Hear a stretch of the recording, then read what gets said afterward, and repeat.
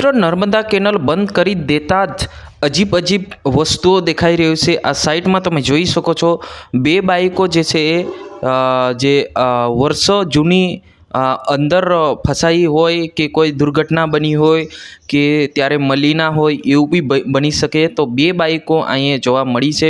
વિડીયોને અંત સુધી જોજો ને આપણી ચેનલ પર નવા હો તો ચેનલને સબસ્ક્રાઈબ કરીને લાઇક કરી નાખજો। કેમ નર્મદા કેનલ બંધ કરવામાં આવી છે, શું ખરેખર નર્મદા કેનલ બંધ કરવાનો ફરજ કેમ પડ્યો છે એ પણ આપણે મુદ્દા પર વાત કરીશું।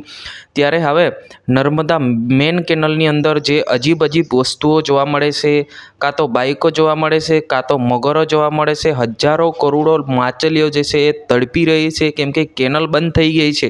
ત્યારે પાણી ના હોય તો માછલીઓ કે મગરો કે ક્યાં જાય?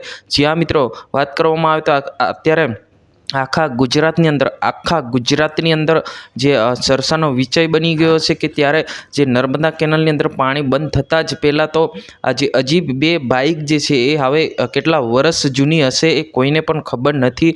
પરંતુ એક બાજુ એક બાઇક જોવા મળી છે, એક બાજુ એટલે કે બંને કિનારા પર એક બાઇક જોવા મળી છે।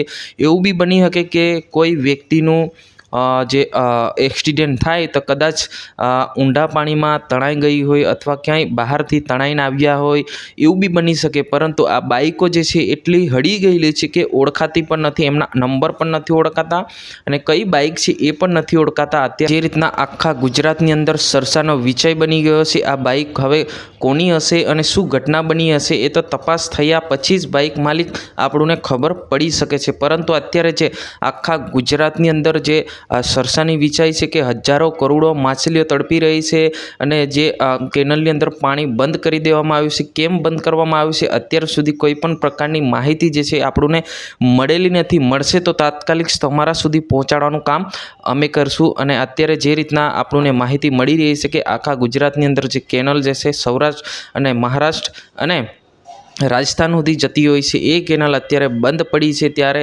અજીબ વસ્તુઓ આપણે જોઈ રહ્યા છે। જ્યાં મિત્રો આજની વિડીયોની અંદર બસ આટલું। તાત્કાલિક આપણે નવા વિડીયોમાં મળશું નવી માહિતી।